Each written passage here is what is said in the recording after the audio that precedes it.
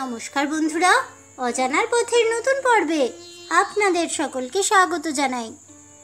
বন্ধুরা, আজ পবিত্র শ্রাবণ পুত্রদা একাদশী ব্রতের মাহাত্ম্য কথা বা ব্রত কথাটি আমি আপনাদের পাঠ করে শোনাব।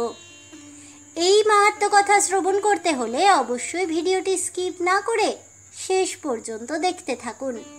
নমস্কার বন্ধুরা, অজানার পথের নতুন পর্বে আপনাদের সকলকে স্বাগত জানাই।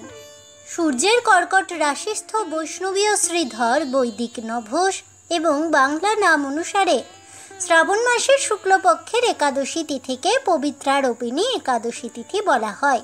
অর্থাৎ সংক্ষেপে বলতে গেলে শ্রাবণ মাসের শুক্লপক্ষের একাদশী তিথিকে পবিত্রারোপিণী একাদশী বা শ্রাবণ পুত্রদা একাদশী তিথি বলা হয়।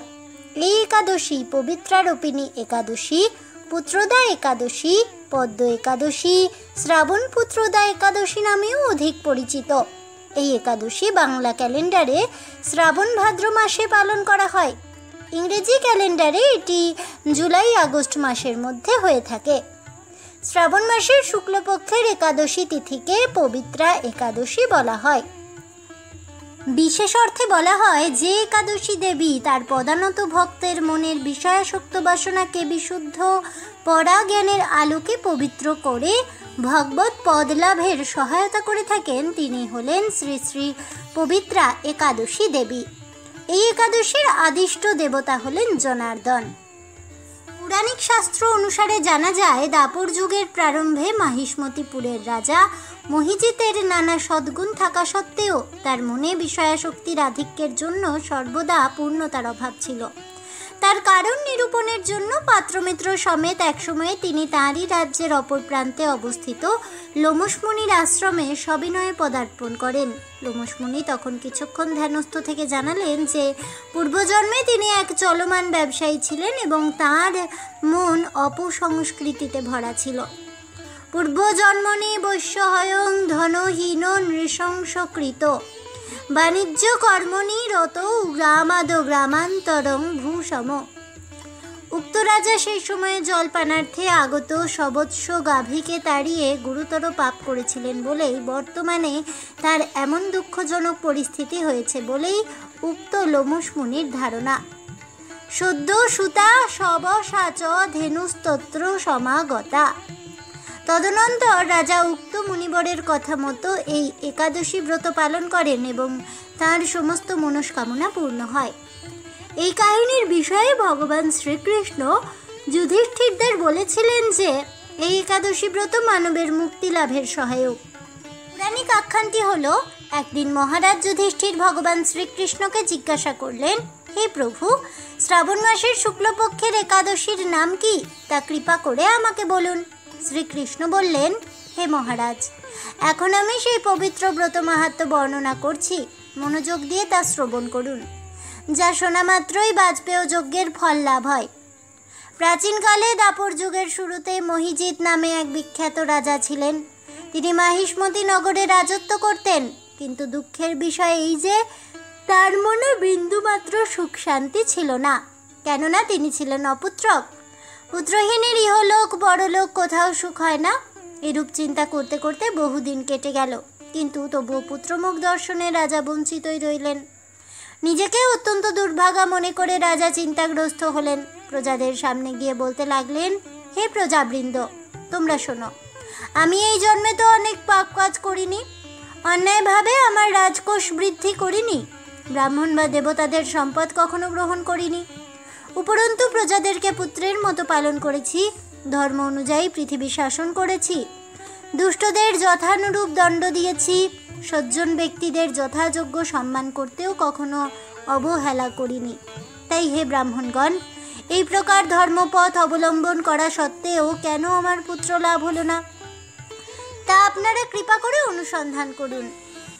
রাজার এই প্রকার কাতর উক্তি শ্রবণে ব্যথিত রাজভক্ত পুরোহিত ব্রাহ্মণগণ রাজার মঙ্গলের জন্য গভীর বনে ত্রিকালজ্ঞ মুনি ঋষির কাছে যেতে মনস্থ করলেন। বনের মধ্যে ঋষিদের আশ্রম সকল দেখতে দেখতে তারা এক মুনির সন্ধান পেলেন। তিনি দীর্ঘায়ু, নিরোগ, নিরাহারে ঘোর তপস্যায় মগ্ন ছিলেন। সর্বশাস্ত্র বিশারদ, ধর্মতত্ত্বজ্ঞ ও ত্রিকালজ্ঞ সেই মহামুনি লোমশ নামে পরিচিত। ব্রহ্মার এক কল্প অতিবাহিত হলে মুনিবরের গায়ের একটি লোম পরিত্যক্ত হতো। এই কারণে এই মহামুনির নাম লোমশ। তাকে দেখে সকলেই ধন্য হলেন। তারা পরস্পর বলতে লাগলেন যে আমাদের বহুজন্মের সৌভাগ্যের ফলে আজ আমরা এই মুনিবরের সাক্ষাৎ লাভ করলাম। তারপর ঋষিবর তাদের সম্বোধন করে বললেন, কি কারণে আপনারা এখানে এসেছেন এবং কেনই বা আমার এত প্রশংসা করছেন তা স্পষ্ট করে বলুন। আপনাদের যাতে মঙ্গল হয় আমি নিশ্চয়ই তার চেষ্টা করব। ব্রাহ্মণেরা বললেন, হে ঋষিবর, আমরা যে উদ্দেশ্যে এখানে এসেছি আপনি তা কৃপা করে শুনুন। এ পৃথিবীতে আপনার মতো শ্রেষ্ঠ ব্যক্তি আর কোথাও নেই। মহিজিৎ নামে এক রাজা নিঃসন্তান হওয়ায় অতি দুঃখে দিন যাপন করছে। আমরা তার প্রজা। তিনি আমাদেরকে পুত্রের মতো পালন করেন, কিন্তু তিনি পুত্রহীন বলে আমরাও সকলে মর্মাহত। তার দুঃখ দূর করতে আমরা সবাই এই বনে প্রবেশ করেছি। হে ব্রাহ্মণ শ্রেষ্ঠ, রাজা যাতে পুত্রের মুখ দর্শন করতে পারেন, কৃপা করে তার কোনো উপায় আমাদের বলুন। তাদের কথা শুনে মুনিবর ধ্যানমগ্ন হলেন। কিছু সময় পরে রাজার পূর্বজন্ম বৃত্তান্ত বলতে লাগলেন। এই রাজা পূর্বজন্মে এক দরিদ্র বৈশ্য ছিলেন। একবার তিনি একটি অন্যায় কার্য করে ফেলেন। ব্যবসা করবার জন্য তিনি এক গ্রাম থেকে অন্য গ্রামে যাতায়াত করতেন। একসময় জ্যৈষ্ঠ মাসের শুক্লপক্ষের দশমীর দিনে কোথাও যাওয়ার পথে তিনি অত্যন্ত তৃষ্ণার্ত হয়ে পড়েন। গ্রাম প্রান্তে একটি জলাশয় তিনি দেখতে পান। সেখানে জলপানের জন্য যান। একটি গাভীও তার বাছুর সেখানে জলপান করছিল। তাদেরকে তাড়িয়ে দিয়ে তিনি নিজেই জলপান করতে লাগলেন। এই পাপকর্মের ফলে তিনি পুত্র সুখে বঞ্চিত হয়েছেন, কিন্তু পূর্বজন্মের কোনো পুণ্যের ফলে তিনি এই রকম নিষ্কণ্টক রাজ্য লাভ করেছেন। হে মুনিবর, শাস্ত্রে আছে যে পুণ্য দ্বারা পাপ ক্ষয় হয়।